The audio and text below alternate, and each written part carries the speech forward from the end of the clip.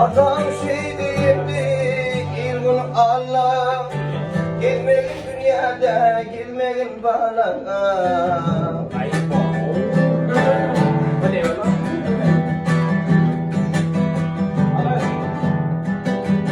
Ağlasında mevdim yanına ağla, damattan göz yaşın gidlerin bana. Ağlasında mevdim yanına ağla, damattan göz yaşın gidlerin bana.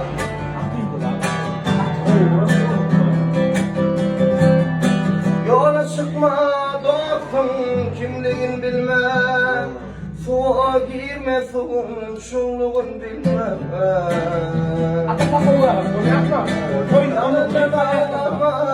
Yalanlar burada, gözümde şunun nefetliğin bana.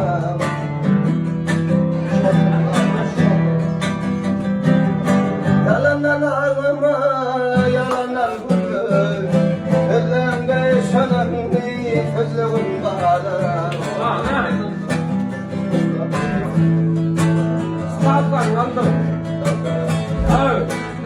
İşi düşen hemen şimdi dedim, şomart bol çok olma ile gödelim.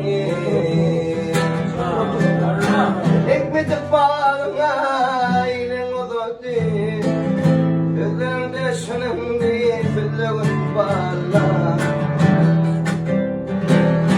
Ekmedik bağına ile odadım, şorbalın libisin yolun bana.